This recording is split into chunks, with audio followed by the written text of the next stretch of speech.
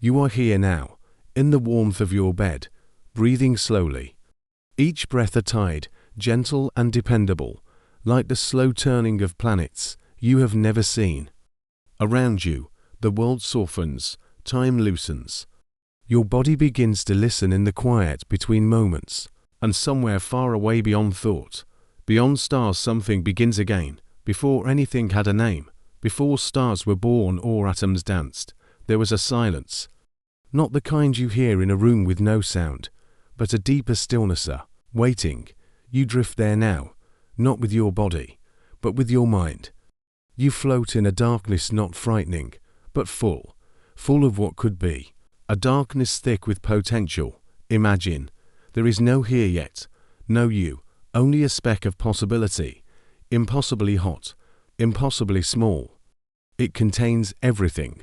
Time, space, energy, the seeds of galaxies, the whisper of thought, all of it curled up together, holding its breath, and then it changes, not with a bang, despite the name, not with thunder or shattering, more like an exhale, a sigh into the void.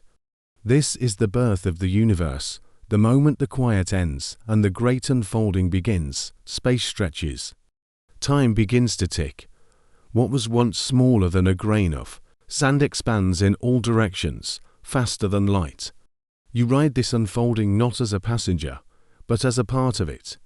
Your atoms, your breath, your quiet thoughts at night, they all begin here. In those first brief moments, less than a heartbeat. By any clock you know the universe is fire and light, blazing, seething, too hot for matter to take form. It is a storm of raw energy, humming with creation. And from that storm, something extraordinary begins to emerge. Particles, tiny flickers of something where there was nothing. They are not alone. Each one is born with a mirror, a twin that is alike in mass, but opposite in charge. Matter and antimatter, yin and yang, the universe is playing a balance game. For every electron, a positron. For every quark, an antiquark. These pairs appear, together, equal and opposite, like dancers taking the floor. They meet, touch, and vanish, disappearing into a flash of light. An endless rhythm of birth and disappearance, creation, then annihilation. A balance so precise, it almost feels like intention. And yet, somehow, it doesn't stay balanced. But not yet, not now. That mystery lies ahead. For now, you're still in the beginning, where the dance is still perfect. For every something, a mirrored not something. The light of the stars has not yet found form. Galaxies have not yet been born, but the ingredients are here, in the furnace of beginning. Imagine holding your hands up in this early universe, your fingers made of matter, your palms of antimatter. You would glow and then disappear, a soft burst of energy. That is the rule. Matter and antimatter cancel each other out, leave no trace, and yet, you're here. But before we wonder at that, feel this moment as it unfolds. The universe is cooling, expanding, slowing just enough for new patterns to form. Particles stop disappearing so quickly. Some begin to stick together, pulled by the first whispers of force. From energy, mass, from mass, structure. The blueprint of atoms begins to draw itself in invisible ink. In this growing silence, space becomes the page on which all futures will be written. You, lying here, are a sentence many billions of years in the making. The warmth in your chest, the calm in your breath, both were born in this fire, cooled in this silence. Pause here, just for a while. Feel how patient the beginning was. How long the universe waited to become stars, to become galaxies, to become life. It could afford to wait. It had nothing but time. But not all things waited in peace. Even here, in these first fragile seconds, there are hints of tension. Not all pairs find each other. Not all opposites cancel. A sliver, just a tiny imbalance, begins to take hold. A fraction of particles remains unmatched. A whisper of something left behind. It is this whisper that will become everything. You feel it like a soft echo beneath your skin, the residue of an ancient choice? Or was it an accident, a flaw, a law we do not yet understand? Whatever it was, this tiny tilt in the balance becomes the reason you exist. But in this chapter, the mystery still sleeps. Now, the universe continues to stretch. It swells with photons, bright and free, zipping through the young cosmos. It hums, with the music of its own making. There are no stars yet to shine, no planets to orbit, only the soft, glowing fog of a newborn everything, breathing out into infinite darkness. And yet, in all that light, something else lingers, something invisible. The shadows of all the antimatter that should have stayed, that should have balanced out the matter we know, but it's gone, vanished, as if it chose not to stay. This is the mystery we will carry with us, as you drift deeper into stillness. Know this, you are not made of stardust alone. You are made of survival, of improbability, of what remained when all else disappeared. Every cell, every breath, is a monument to that strange, delicate favoring, that bias in the rules of existence. And as your eyes grow heavy, as your body sinks deeper into rest, you carry that mystery gently inside you, the memory of a universe that began in balance, but somehow, softly, tipped. Tomorrow night, we will follow that tilt, to where particles and their twins begin their silent, vanishing dance. Close your eyes. Let your thoughts become gentle ripples, spreading through the still lake of your mind. You're not falling asleep, you're falling inward, into a place where science becomes sensation, into a world both real and quiet, where strange things become soft and familiar. Last night, you floated through the earliest breath of the universe, that silent explosion of possibility. Now, we move closer to a secret hidden inside every breath you take, every particle that makes you whole. You are made of matter, tiny, invisible pieces spinning and buzzing, building your heart, your bones, your dreams. But matter is never born alone. At the moment of creation, it comes with something else. Its mirror, its twin. Antimatter. Not the enemy, not some dark inversion of life. Antimatter is not evil. It is equal. Imagine this, a coin spinning in the air. One side is matter, the other is antimatter. Two faces of the same truth. They do not fight each other.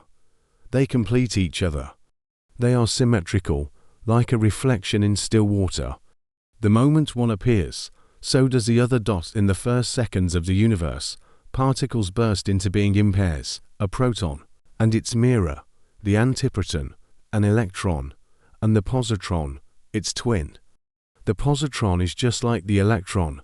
It has the same mass, the same spin, but its charge flows the other way, like the backward current in a silent stream. This is how the universe began, with everything double. Now picture your hand, floating weightless in space, made not of matter, but of antimatter. It would look the same, feel the same. Your fingers would curl, your pulse would beat, if you had one, and yet, if you reached out and touched the skin of your other hand, made of matter, both would vanish. Not with pain, not with noise, just a shimmer of light, a soft flash, and nothing left behind but energy. This is what happens when matter meets antimatter. They cancel each other out, not in violence, but in perfect release. The energy that binds them, that holds them in place, it returns to the universe. To some things become one nothing, and so, in those first few moments after time began, the universe pulsed with light and vanishing. Every heartbeat of creation brought with it a heartbeat of erasure. Particles and antiparticles colliding, disappearing in bursts of energy too bright to imagine. Over and over, a cosmic rhythm. Creation, touch, disappearance. But if everything cancelled, if every particle met its twin and vanished, why do you exist? That question lingers just beyond the edges of this chapter.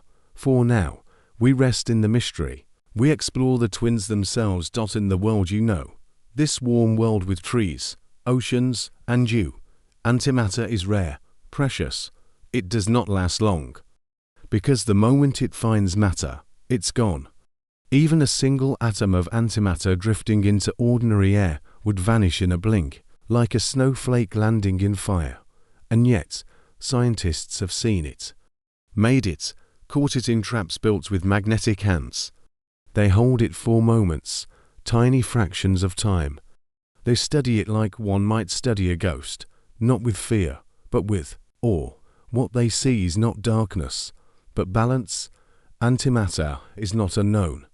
It's predicted by the mathematics that describe your universe, a kind of built-in echo, a requirement of nature's language.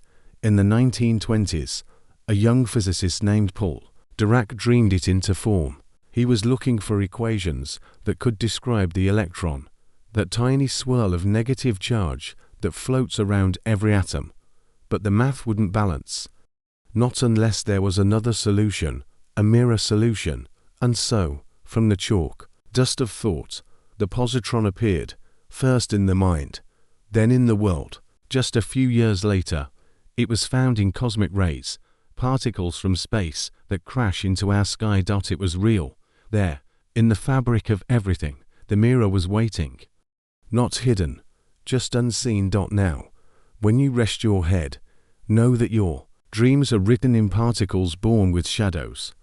That for every tiny piece of your body, there was once a twin, equal, opposite, and long ago.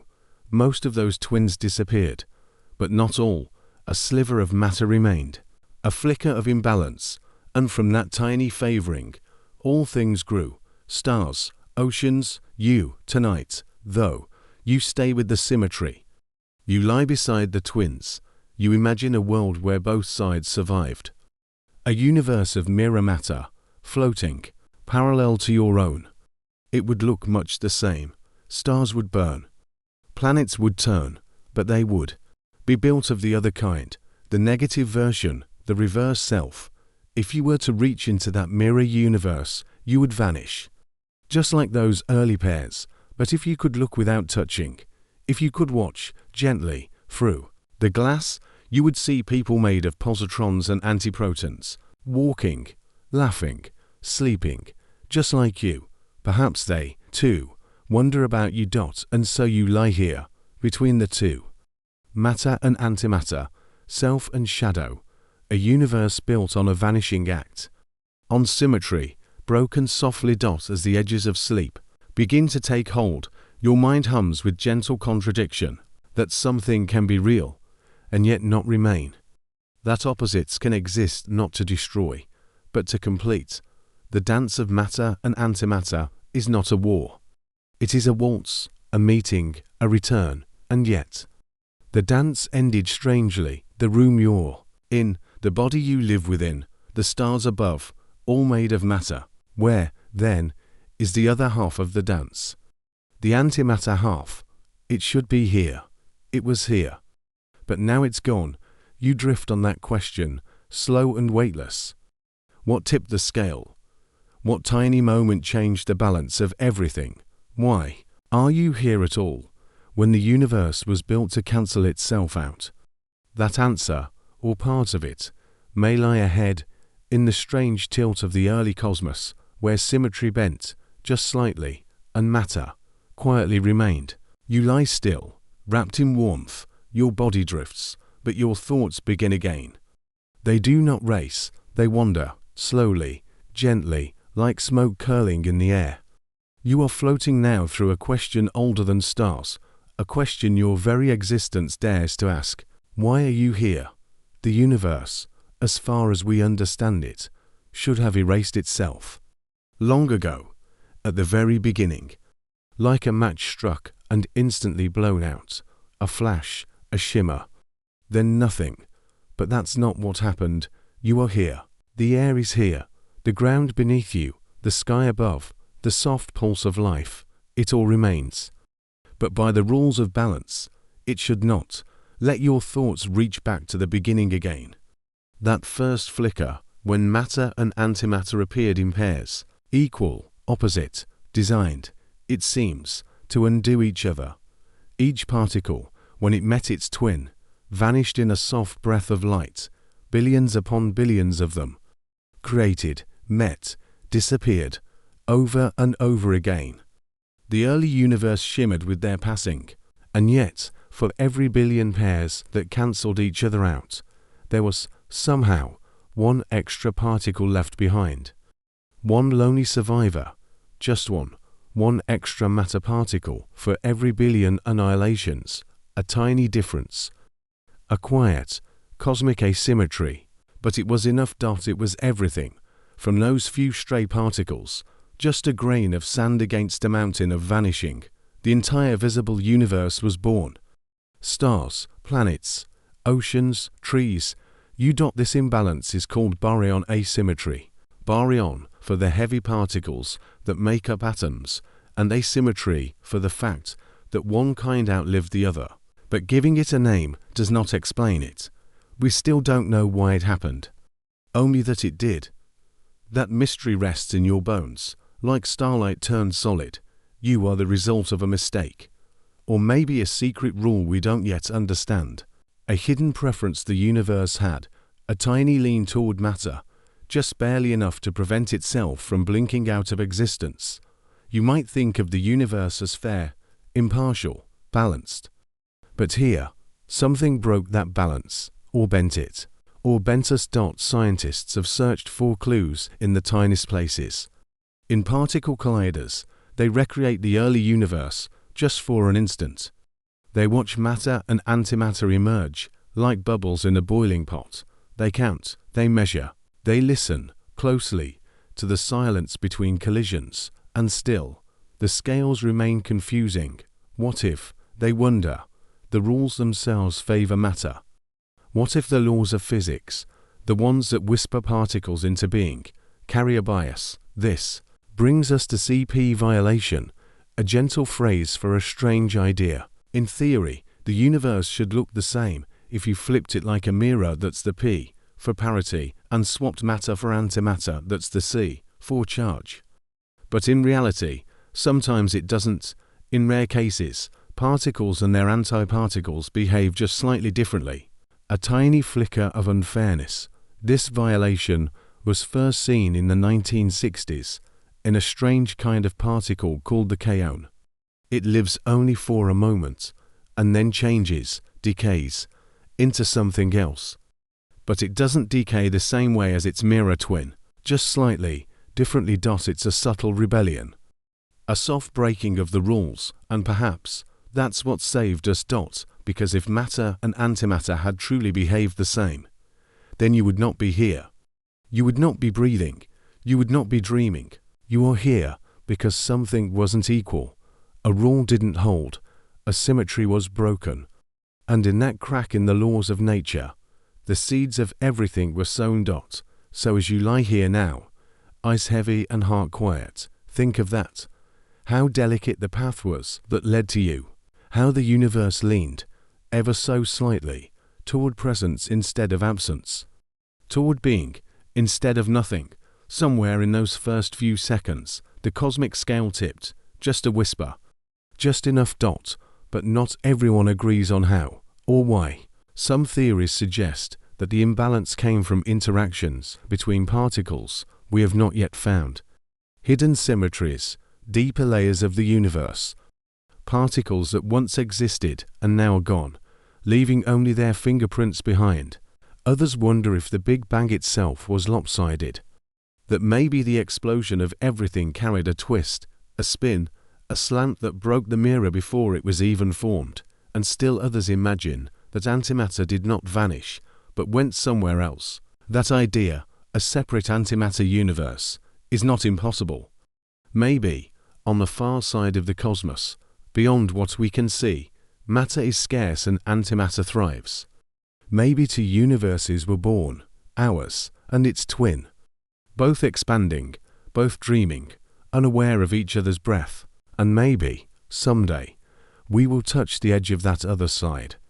Or maybe we already have, in the quiet disappearance of particles we cannot explain. For now, it remains a mystery, but not a frightening one. Instead, let it be a lullaby of wonder, a gentle tug on your curiosity. The truth is, you are here, made of leftover matter. And that leftover is rare, precious, improbable. You are the child of imbalance, the echo of a cosmic tipping point, and if it had gone the other way, you would not know. You would not miss yourself. The universe would still be bright with photons, still echoing with light. But there would be no stars, no bodies, no thought. No you. So tonight, as your breath slows and your muscles soften, let yourself feel the impossible gift of existing. Let the thoughts settle into your chest like warm starlight. You are a beautiful accident, a perfect mistake, and somewhere, folded into the early folds of time, is the reason why, a reason we do not yet know, a reason we may never fully name, but it's there, humming beneath everything, like a forgotten note in a symphony that keeps playing, and maybe, if we listen closely enough, it will lead us deeper, into the spaces where particles still flicker, where the void isn't empty, and where even nothing gives birth to something. You rest deeper now. The world around you fades into stillness, sounds soften, thoughts slow. You're drifting not through sleep just yet, but into something subtler, a space between awareness and dreaming, a place where even silence has a story. Tonight, we journey into what seems like nothing, but in this universe, even nothing is never truly empty. The vacuum, the space between things, between stars, between atoms, feels like absence. But it is not. The emptiness we imagine is not a blank page. It is a dance floor, alive with invisible motion. The deeper we look, the more we see it flicker. Close your eyes and imagine the quietest room. No wind, no voice, no breath, but beneath that stillness, something stirs, a shimmer in the dark. That's what the vacuum is. It is not nothing. It is a field. A field is a kind of presence that fills all of space, even space that seems empty. Think of a pond, perfectly still. Now imagine tiny ripples rising and falling, too fast and too brief to see. That is how particles behave in a vacuum. They flicker into being, and then disappear. These are virtual particles, tiny pairs of matter and antimatter that appear from the energy of the vacuum itself. A brief hello, a goodbye just as fast. They are allowed by the rules of quantum physics, rules that are less like commandments and more like probabilities. You might think of the vacuum as breathing. Inhale, a particle, and its twin appear. Exhale, they vanish again, having touched nothing, leaving no trace but a ripple in a field. This rhythm is called quantum fluctuation. It is not imagination. It is real. Though we cannot see the particles directly, we feel their effects. Their presence shapes the forces of nature. Their whispers are written into the behavior of atoms, into the motion of galaxies, even the space around you. This room, this air, this moment, hums with the quiet activity of what we call empty. And sometimes, when the conditions are just right, these whispers grow louder. In strong electric or magnetic fields, in the heat of a star's collapse, or in the collisions inside a particle accelerator, virtual particles can become real. They cross a threshold. They merge into being. They stay. It's as though the universe, for a moment, forgets to take them back. One such process is called the Hawking radiation, named after the brilliant physicist Stephen Hawking. Near the edge of a black hole, where gravity becomes so intense that even light cannot escape, virtual particle pairs still appear. Normally, they would vanish again, but near the event horizon, the point of no return, one particle can fall in while the other escapes. The escaping one becomes real. It carries energy away, and so, even the darkness of a black hole begins to evaporate. Even there, in the deepest gravity, in the blackest night, the vacuum is not quiet. It whispers. Let your breath fall in time with this rhythm. Inhale, exhale, a pair appears, a pair disappears. You are part of this fluctuation, too, made from energy that once flickered into being, and simply stayed. Every atom in your body was once a whisper in the vacuum. And every second, the space around you breathes those same whispers. Virtual electrons, virtual positrons, matter and antimatter, touching and dissolving. They are not myth, they are not rare. They are the very texture of space, and still, they ask questions we haven't answered. Why do they appear at all? What are these fields, invisible and everywhere? What does it mean to say the universe has energy even in its emptiest places?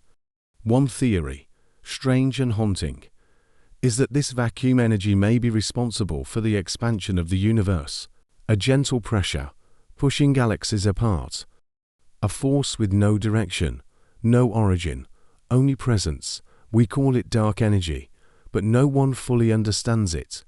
It is a name for something we sense, but cannot yet define. Still, the idea is gentle enough to dream on, that the vacuum, the very space between stars, is not still, but full. That even when everything else falls away, the universe keeps breathing, and somewhere within that breath, somewhere in the fabric of these flickers, may lie the memory of antimatter. Antimatter, too, rises and vanishes in these quantum size. When it appears in the vacuum, it's always part of a pair. It never comes alone. But if we could harness these fluctuations, just for an instant, maybe we could see what was lost. What vanished after the beginning, what almost balanced. The scales, perhaps, in the dance of virtual particles, is the echo of the universe that wasn't. And so, you drift now in that possibility, that the space around you is alive with presence, not loud, not bright, but subtle, constant, real. Even in this silence, you are never alone. You are surrounded by flickers of becoming and unbecoming, by the rhythm of existence that pulses. Beneath all stillness, you are part of a world that doesn't just shine, but hums. A world where creation is a flicker, and nothing ever truly disappears. And tomorrow, we rise gently from this emptiness, not into theory, but into the sky above. Where those flickers become real. Where antimatter dances, not in theory or imagination, but in the magnetic embrace of Earth herself. You rise, slowly, not with your limbs, but with your awareness. The hush of the vacuum still surrounds you, that silent sea of flickers and disappearances. But now you float upward, not just in thought, but in orbit, high above the clouds. Beyond the shimmer of the sky, the Earth lies beneath you, blue and breathing, turning with a slow grace. And around it, unseen, but strong, is a cradle made of force, the magnetosphere. Earth has a magnetic field, shaped like a great invisible cocoon. It stretches far beyond the surface, sweeping out into space like the petals of a flower turned inside out. You cannot see it, but it holds you, protects you, shields you. And within this magnetic cradle, something surprising happens. Antimatter appears. Not imagined, not theory, but real, caught. CRADLED. As you drift through this space, your body still and quiet. Imagine the field around Earth as a soft cage, made not of metal, but of energy. Particles from the sun, called cosmic rays, come rushing toward the planet at nearly the speed of light. They are messengers from faraway stars, born in distant supernovae and flung across the galaxy. When they reach Earth, they collide with atoms in the atmosphere, and from those collisions, like sparks from a fire, come showers of particles. Some of those sparks are positrons. Antimatter. Most vanish quickly, colliding again, dissolving into light, but some do not. Some find themselves caught in Earth's magnetic field, curved, held, spinning in invisible loops high above the planet, between the lines of magnetic force. These positrons become part of what we call the Van Allen radiation belts, toroidal rings of charged particles, circling the planet like ghostly halos. You imagine them now, not as danger, but as wonder, as glowing ribbons where matter and antimatter swirl together, in quiet dance, not touching, just circling. In 2011, a satellite called Pamela confirmed what many had guessed. Earth's magnetic field does not just trap electrons and protons, it traps positrons, too. Antimatter, gently held in orbit, a real, measurable presence. The discovery was not loud. There was no explosion, no flash, just a signal. a particle where one should not be, then another, and another, until the data sang a quiet, undeniable truth: antimatter exists. Here. Not just in labs, not just in theory, but above your head, every night, every day, circling with the sun's particles, caught in the Earth's protective field. It is a kind of cosmic net, and antimatter, like a firefly, flickers within it. Let your breath match this slow orbit. Inhale. A positron curves gently through space, tracing the loops of magnetic lines. Exhale. An electron mirrors it on the opposite side. Opposites again, held apart by a force not of violence, but of harmony. The magnetic field bends their paths differently, because their charges are opposite. A magnetic field is like a river, of direction, and particles follow its currents, curving in spirals and arcs. Electrons twist one way, positrons the other. Like twin dancers, moving in mirrored steps, your body is down below, on Earth's surface, wrapped in air and gravity, but part of you floats here now, a thought made weightless, riding the magnetic wind. You listen not with ears, but with attention. The space around the planet sings in high frequencies, inaudible to human hearing, but there, scientists call it chorus, bursts of radio waves created by electrons spiraling through the belts. A dawn song of particles, a literal music of the magnetophere. If you could hear it, it would sound like birdsong made of starlight. And within that song, antimatter moves. These positrons don't stay forever. Their paths are fragile. A stray molecule, a collision, a shifting magnetic wave, any of these can send them tumbling into the atmosphere, where they vanish in a bright kiss of annihilation. But for a while, they are there. And so, you float, with them. Held not by walls or gravity, but by the shape of Earth's invisible hand. You turn slowly with the planet, watching the sun rise over the curve of the world. The magnetic belts glow with trapped particles, and you wonder, how many positrons are up here right now? Hundreds, thousands, each one a flicker of the early universe, circling silently above your sleep. Antimatter, the thing that once seemed mythic, is not distant. It is not gone. It is here, suspended like breath in cold air. And the Earth, too, becomes not just home, but participant in the story of symmetry, imbalance, and survival. You may never touch those positrons. You may never see their glow, but your presence beneath them matters. You are part of the same story, your atoms, your pulse, your thoughts, all shaped by the same rules that curve those particles into orbit. The antimatter above you is both rare and expected, fragile and yet stubborn, just like you. And perhaps this is what the universe does best. It surprises us, gently, quietly. It takes what seems lost and shows us it was waiting, just out of sight.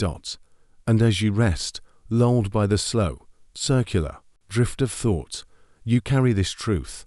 The invisible is not the imaginary. The unseen is not the unreal. Above your dreams, particles dance, tiny reversals of all you know, held for a moment in Earth's magnetic arms, and just below the surface of this thought, something else begins to hum, a deeper journey, into stillness, into precision, where humans, curious, gentle, persistent, build traps of light and vacuum, not to destroy antimatter, but to catch it, to study it, to understand. In underground chambers, far from starlight, we'll find the next heartbeat of this story. You descend now, not into sleep quite yet, but into something quieter, something below the noise of daily life, below the surface of the Earth, beneath even memory, a different kind of darkness. The world above hums with wind, light, voices. But here, in this chapter, we enter a deeper place, a silence shaped not by absence, but by intent. You are in a laboratory, but not the kind crowded with blinking machines or hurrying hands. This one is carved into stone, deep beneath mountains or locked behind layers of shielding. A place where every sound is softened and every movement is measured. These are the homes of antimatter, the only places on Earth where it is gently, carefully born. You walk slowly now, as if through a dream. The tunnel walls are smooth, pale. You feel the silence, not just in your ears, but in your chest. It presses, lightly, like a hand resting there. You pass through corridors where air is filtered. Floors are grounded. Even footsteps feel respectful. Everything here is built for balance, for control. For the almost impossible dot at the heart of these silent places are machines, vast, complex, elegant in their precision, and in them, physicists coax the impossible into the real. They create antimatter. Not from magic, not from accident, but from collisions. You watch now, as if through transparent walls, as beams of particles race down long loops and tunnels, accelerators, miles long, curved into circles and spirals, bring matter to incredible speeds, near the speed of light. Faster than anything you've ever seen. When those beams strike a target, a plate of metal, a fragment of atoms, they burst, not with fire, but with fragments. Particles split, scatter, collide again. And from this chaos, antimatter emerges, positrons, antiprotons, particles opposite to the ones you know. Not evil, not unnatural, just reversed. They are born in moments, but left alone, they would vanish just as quickly, annihilated by contact with ordinary matter.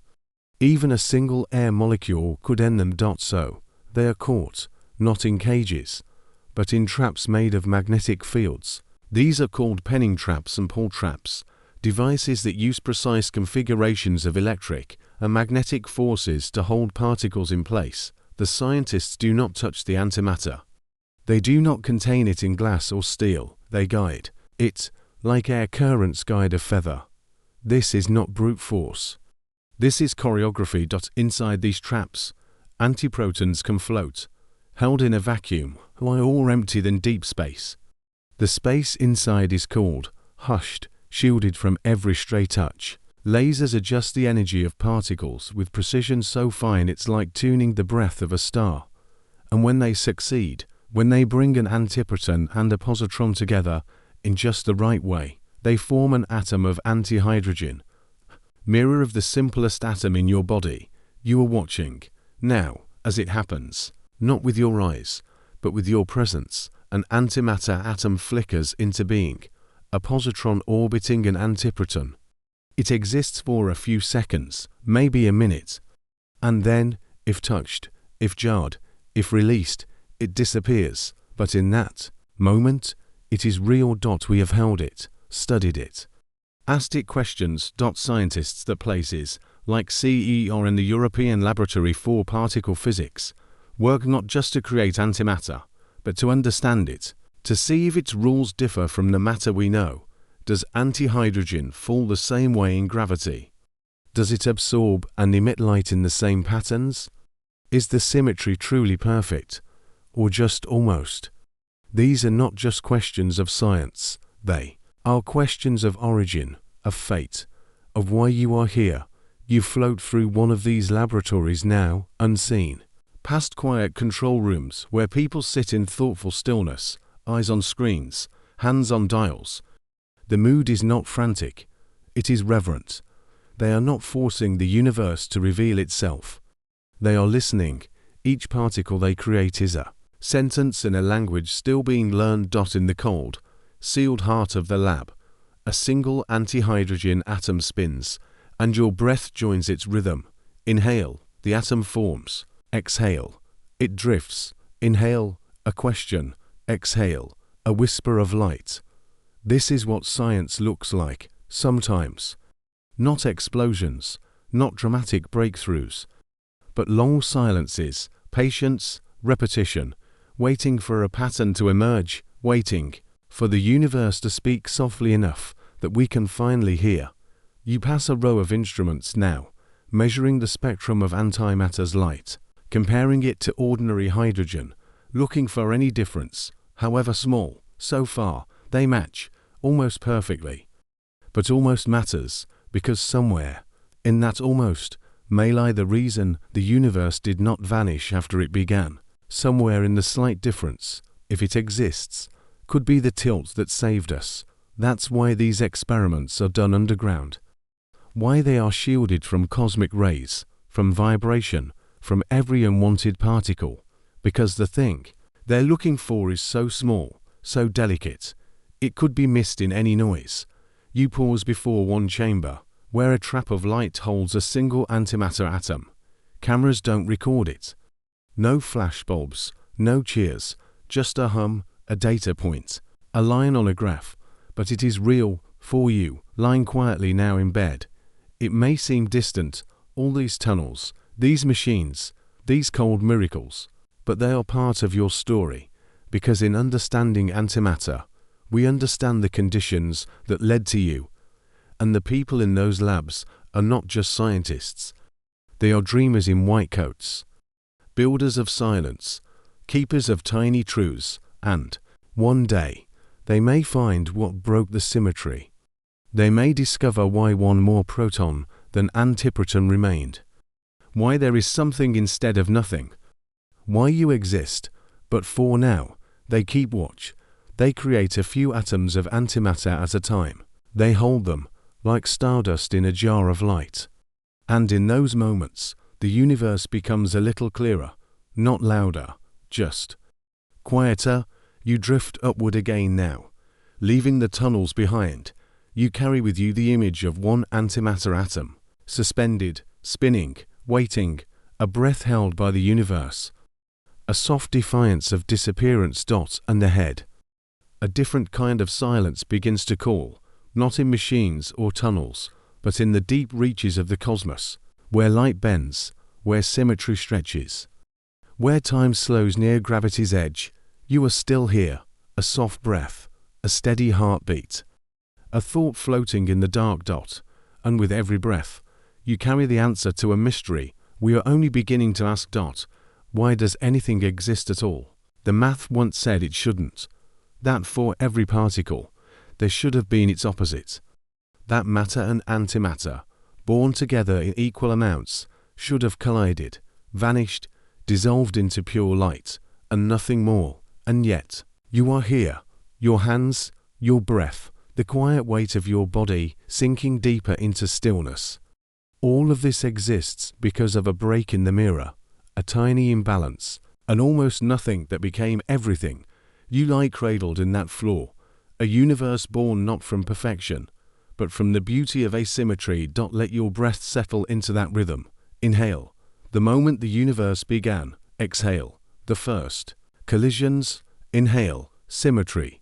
Exhale, a cracked dot. In those earliest moments, the universe expanded with unimaginable heat and energy. Quarks and gluons danced in a dense, glowing soup. Particles burst into being, and with each one, its opposite, matter and antimatter. But something tipped the scale. Just slightly, for every billion antimatter particles, there was one extra particle of matter, just one stray proton, one unmatched electron, left behind when all the rest annihilated. It is enough, that tiny leftover. That 1 in a billion flaw is everything you know. Every star, every tree, every ocean and planet and poem, all made from what remained, from imperfection. The universe unfolded. Physicists call this mystery boson asymmetry, a term so clinical, yet behind it lies the most poetic truth. Something didn't balance, and that changed everything. You picture it now, a mirror, suspended in the darkness of the early cosmos. On one side, matter, on the other, antimatter. For a moment, the two reflections match. A perfect echo, but then, the mirror fogs, just a little. A tiny blur, a whisper of difference. And suddenly, the two sides are not quite the same. What caused the flaw? We don't know, not fully, but we have ideas. There are particles called mesons, little bundles of quarks, that may hold the secret. When they decay, sometimes they produce matter, just slightly more often than antimatter, a tiny preference, a tilt. This is called CP violation, a breaking of symmetry in the laws of physics. CP stands for charge and parity. two ways of flipping the universe like a mirror. CP violation means the universe behaves a little differently when you reverse its charge and flip it like a reflection. It's as if the universe winked at itself and said, "Let's try something else." We've seen CP violation in certain particles. We've measured it in laps. And though it is subtle, just fractions of a percent, it tells us the universe doesn't always play fair, and from that unfairness came stars. Came life, came you, who are not symmetrical, your heart on the left, your brain filled with thoughts that lean, tilt, turn toward memories and dreams and longings. You are the living echo of a broken symmetry, and somehow, that makes you feel more whole. Inhale, a particle drifts. Exhale, its twin fades. Inhale, the rules hold. Exhale, accept when they don't. You let yourself sink into that exception. The universe could have been perfectly balanced. But balance would have meant nothingness. Only light, only energy, no atoms, no time, no place to stand, no one to ask questions. It is the imbalance, the one leftover proton, the one unmatched note, that gave rise to the song. You were born from that song. Even now, physicists search for deeper reasons. Some wonder if the laws that govern our universe were different, for a moment, right after the Big Bang.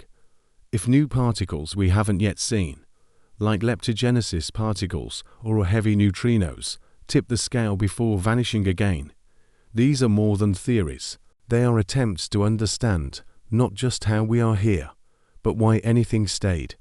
Every time a lab measures a particle spin, or a decay path, or a tiny tilt in symmetry, they are asking this ancient question: what made the imbalance? What chose matter over antimatter? You do not need to know the math. You only need to feel the truth beneath it. You're part of the side that stayed. Your body is made of those survivors. Your breath carries the legacy of that one extra particle. Your thoughts rise from a universe that dared to be uneven. Even the word asymmetry feels soft tonight, like a lullaby with one unexpected note, the note that makes the song linger. You rock gently in its cradle. That small, cosmological flaw was not a mistake. It was the seed of galaxies. A purposeful deviation, a universe deciding to exist in a way that allowed beauty and complexity to unfold. And maybe, just maybe, what we call imperfection is really potential. Maybe symmetry had to break to make room for choice, for time, for change, for a story to unfold instead of repeat. And in that brokenness, the mirror did not shatter. It turned slightly. It caught a different angle of light. And what it reflected was you. You close your eyes now and picture the universe not as chaos or accident, but as a kind of quiet rebellion, a gentle refusal to vanish, a preference for becoming. And as you drift, the story begins to reach backward again, back to the oldest light in the sky, back to the first whisper of temperature and form. The faint glow still echoing from the moment creation called. Now the dark around you hums, softly, not like music, but like breath, a gentle vibration, ancient and steady, older than stars, older than atoms, older, even, than memory. This soundless song comes not through your ears, but through your attention.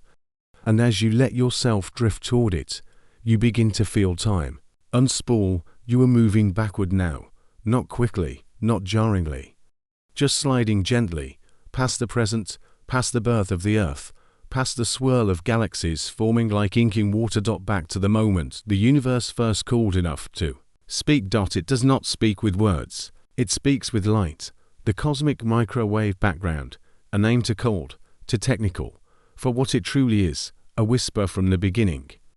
A glow from the moment the universe became transparent, a memory written in warmth and distance. You float in it now. These photons, tiny particles of light, have been traveling for nearly 14 billion years. They come from every direction, passing silently through space, through you. They do not burn, they do not flicker, they glow every night. Sky, Every patch of blackness between stars is filled with them, a bath of ancient light. And these photons carry with them a story. In the beginning, the universe was not dark. It was dense and hot, like the core of a newborn star. Light could not travel freely then. It was scattered, trapped, tangled in a fog of particles. But as the universe expanded, it cooled. That fog thinned. And after about 380,000 years, light was finally free to move. That moment, when the first photons slipped loose, is called recombination. And the light released then is still with us now, not in visible colors, but in microwaves. Gentle, stretched out radiation, cooled by time. You are floating through it. This light from when the universe was only a baby. Every direction you turn, it meets you, a perfect glow, almost uniform. But not quite, because here and there, in tiny, tiny places, the glow is a little warmer or a little cooler. Those differences, those faint variations in temperature, are the fingerprints of everything. They mark the first ripples in the density of matter. The seeds from which galaxies, stars, and eventually you would form. They show us how uneven the universe already was, even in its youth. How the great balance was already tipped, gently, like a cradle rocking. The Planck satellite, orbiting Earth, mapped this background with astonishing precision, and what it saw was not randomness, but a subtle pattern, ripples, like the surface of a sleeping sea, a texture to the early universe, as if the cosmos dreamed in gentle waves. You drift now between those waves. Each photon you pass is a messenger, carrying the shape of that first light. You are wrapped in it like a blanket, the same warmth, everywhere, unchanged for billions of years. And within that warmth, there are clues to the asymmetry that made you, clues to the inflation that may have stretched the cosmos in a breath, clues to the particles and forces that played in the first fraction of a second. The light doesn't tell us everything, but it tells us enough to wonder. Why are the ripples there at all? Why were some spots slightly denser, slightly warmer? Could quantum fluctuations, random shifts in the early fields, have sparked the first imbalance? You let the questions pass like clouds. You do not have to answer them now. You only have to feel their weightlessness, their presence soft as air. This ancient light does not rush. It has been moving across time for longer than life has existed. And yet, you are here to receive it, to notice it, to wonder at it. What a miracle, you think, that photons from the beginning could travel 4 billions of years, never touching anything, until they reach a sensor, or your skin, or your dreams, because even though you cannot see this glow with your eyes, your body swims in it. The temperature of the cosmic microwave background is only a few degrees above absolute zero to 2.7 Kelvin, but its presence is everywhere, quiet, constant. You curl a little deeper into your blanket, mirroring the light that wraps the sky, and maybe, in a way, the universe is still remembering, still glowing from the moment it first opened its eyes, still carrying the evidence of its own uneven beginning, still telling its first story, a story not of perfect balance, but of tiny differences that led to everything. It's not loud. It doesn't shout its secrets, but the silence is not empty. It's encoded with structure, with meaning. The universe, even in its silence, is generous. As you float through this ocean of microwaves, you picture the photons as ancient fireflies, blinking in patterns across the dark. Each one a record, a trace, a line of the very first lullaby. And you, small, soft, breathing, a part of that same song. The same fluctuations that gave rise to galaxies gave rise to your heart. The same temperature map that revealed the cosmos also revealed the echo of the asymmetry that let you exist. And though we still search for answers, we know one thing clearly.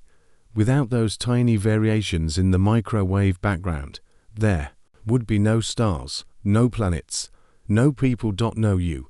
You begin to drift again, not away from the light, but deeper into its memory, into the fabric beneath it, into the code, the model, that tries to explain it all. You close your eyes, and beneath the calm surface of your thoughts, you begin to drift deeper, deeper than stars, beyond planets, past even the smallest speck your eyes can see. You descend into the ocean of the unseen. Beneath the vastness of space and time lies a sea of particles, a shimmering, restless expanse where the rules of existence are written in patterns delicate and profound. This is the world of the Standard Model, the great map that guides physicists through the wilderness of the microscopic. Imagine it as a vast cosmic harp, its invisible strings stretched taut across the fabric of reality. Each string vibrates with a force, a particle, a whisper of energy. And as you sail gently along these waves, you hear the music of the universe itself. The Standard Model is a story of symmetry, of balance, and of delicate imperfections. Here, particles come in families, like siblings sharing a secret language. There are the quarks, 6 of them, the building blocks of protons and neutrons. Each quark has its own flavor: up, down, charm, strange, top, and bottom. They dance and combine, weaving the matter you can touch. There are the leptons, including the electron, the familiar particle that orbits the nucleus of every atom in your body. Its ghostly cousins, the neutrinos, slip through you now without a sound, passing as shadows. And then there are the bosons, the force carriers. They are the invisible hands that guide the dance. The photon carries the force of light. The W and Z bosons mediate the weak force, responsible for radioactive decay. The gluon binds quarks together in a fierce embrace, and the elusive Higgs boson, the giver of mass, like a gentle ocean current that slows the rushing particles, allowing matter to take shape. Within this ocean, antimatter is a note, a reflection, a counterpoint for every particle. The Standard Model says there is an antiparticle, the mirror image, equal in mass, but opposite in charge. You imagine holding a mirror to a particle and seeing it flipped, reversed, yet just as real. Antimatter is not darkness or evil. It is symmetries, twin, an echo that balances the scale. Yet, as you learned, this symmetry is broken. And it is this break, this imperfection, that allowed the universe to sing the song of existence. You let your mind float among the particles, the quarks vibrate, the bosons hum, the leptons drift softly by. Each interaction is like a note plucked on the harp. Sometimes particles collide and transform, exchanging partners in a dance older than time itself. You feel the rhythm, slow and steady, like waves lapping at a shore, a rhythm of creation and annihilation, of balance and imbalance. This music is what physicists hear in their labs when they collide particles at near the speed of light, listening for the softest changes, the faintest deviations. They search for signs of symmetry breaking, signs that antimatter behaves just a little differently from matter. This tiny difference could explain why you are here, why the universe has chosen to be uneven. You imagine yourself sailing through this hidden sea, cradled by the laws that govern it. You see the Standard Model as a great chart, a map of possibility and constraint. Within its bounds, particles cannot simply appear or vanish. They follow rules, gentle yet firm. Sometimes the rules bend. Sometimes new particles flicker into being and disappear like fireflies. This is the realm of quantum fields, fields that fill space, each vibrating with potential. You float between these fields, feeling their presence as a quiet hum beneath your skin. It is a hum of possibility. The Standard Model has guided us well, but it is not the final word. There are whispers of physics beyond it, of dark matter, dark energy, of particles yet unseen. You feel the mystery all around you. The music plays on, but there are notes missing, chords unresolved. You listen to the harmony, knowing that one day, new discoveries may complete the song. And through it all, antimatter remains one of the most beautiful mysteries, not just a shadow, but a vital part of the cosmic dance, a reminder that balance and imbalance live together, shaping everything you see and touch.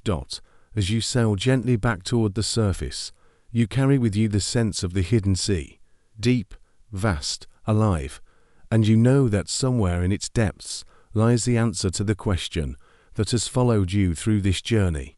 Where did the other half go?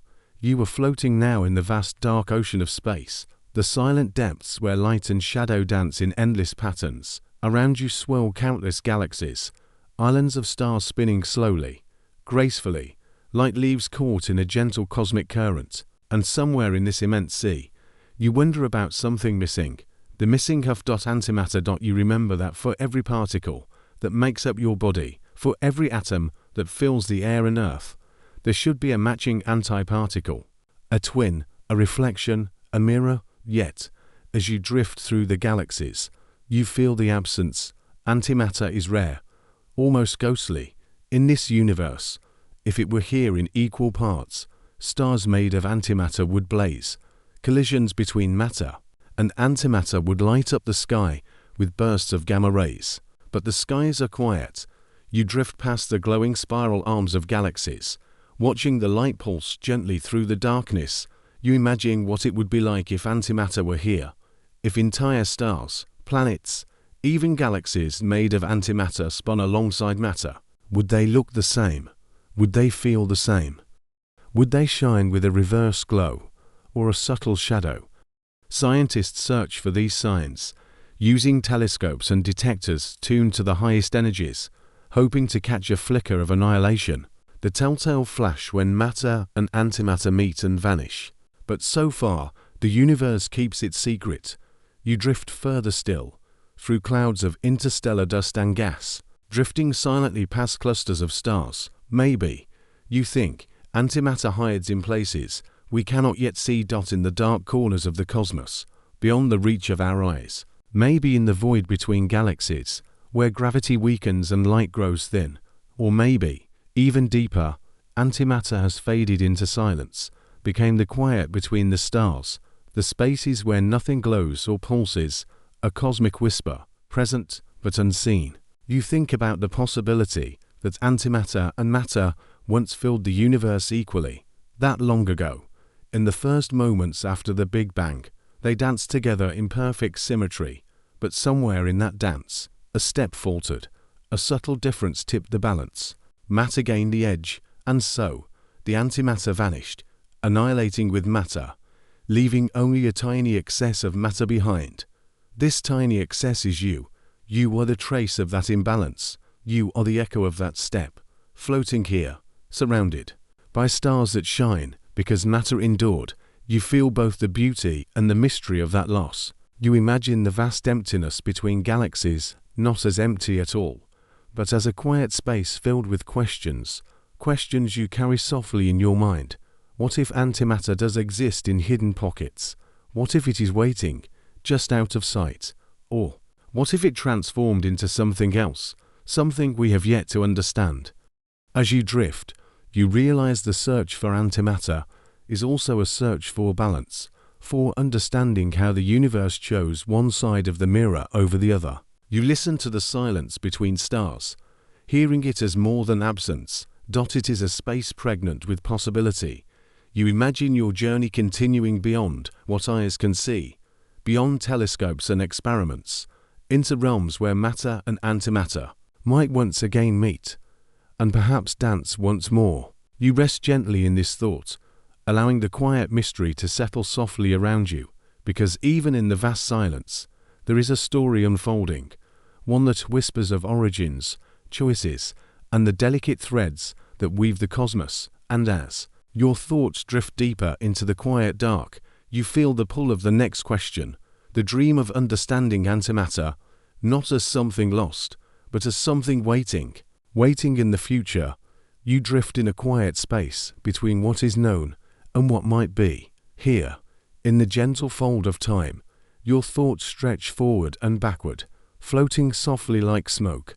You wonder, can we ever hold antimatter long enough to truly understand it, not just as fleeting sparks that vanish the instant they meet their matter twins, but as something tangible, something real, held gently, studied slowly, loved with the patience of the universe itself. You imagine a future where humans cradle antimatter carefully, where it is no longer a whisper, but a partner in journeys that reach beyond the stars, beyond the boundaries of our current knowledge.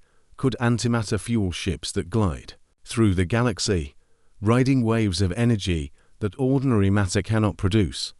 Could it open the doors to travel across time, bending the fabric of space in ways we only dream about? You feel the possibilities swirl around you, soft and tantalizing, like smoke curling in the cool night air, shifting, changing, never quite settling. Scientists today already create tiny amounts of antimatter in laboratories, brief flashes in detectors, particles held just long enough to glimpse. They trap antiparticles in magnetic cradles, holding them suspended in delicate fields. It is a dance of light and silence, of creation and careful destruction. You imagine walking through these labs, the quiet hum of machines like heartbeats, the precision, the patience, each experiment a breath held in the vastness of time, every discovery a step closer to understanding the mirror of matter. And still, the questions remain. What can antimatter teach us about the universe's secrets, about the forces that shape the cosmos? Your mind floats gently through the vast possibilities. Perhaps, one day, we will harness antimatter not just for understanding, but for transformation, a key to unlocking new ways of living, traveling, even dreaming. You imagine a starship glowing softly, powered by the elegant dance of matter and antimatter, moving through space with a quiet grace, or a device that bends time's flow, creating moments where past and future meet like gentle waves on a shore. In this space between sleep and waking, the future feels close yet distant, a question hanging softly in the air. You realize that some answers may never come quickly, that the universe's mysteries are patient, like the slow turning of seasons. And so, you let your thoughts drift, releasing the need to know, allowing the unknown to be a comforting presence. The soft uncertainty lulls you deeper into calm, because some mysteries are not puzzles to be solved immediately, but companions to carry with you in dreams. And as your breathing slows, you feel the pull of rest. The next journey waits just beyond this moment, a journey back to the very beginning, to the echoes of creation itself, where light first touched darkness, and the universe began to whisper its story. You lie quietly now, wrapped in the soft embrace of night, your breath slow and steady, your mind calm as a still lake beneath the moon. You have traveled far, through whispers of the cosmos, past shimmering particles, across the vastness where stars are born and galaxies turn. And now, you return gently to yourself, to the very heart of the mystery.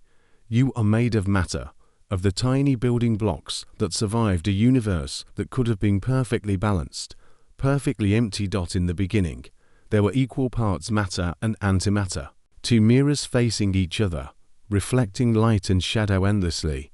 Yet something shifted, a tiny imperfection in the dance, a delicate imbalance that tipped the scales. Because of that small difference, everything changed. Matter remained, antimatter vanished, and you exist. You are the echo of that choice, a trace of the universe's decision to favor one side of the mirror. Your body, your thoughts, your dreams, all formed from the particles that won the cosmic dance. You feel the wonder of this, how the vast cosmos, in all its complexity, distilled itself down to you. You are a vessel of that ancient asymmetry, a living poem written in atoms, and yet, the mirror remains. The reflection, the lost twin, lingers in the questions that fill the night. Where is antimatter now? Why did the universe choose this side of the scale? These questions hover softly in your mind, not demanding answers, but inviting you to rest within their mystery. The universe itself seems to breathe with this question. Vast, open, infinite. You are part of that breath. You lie in the quiet, the soft darkness surrounding you like a familiar shawl.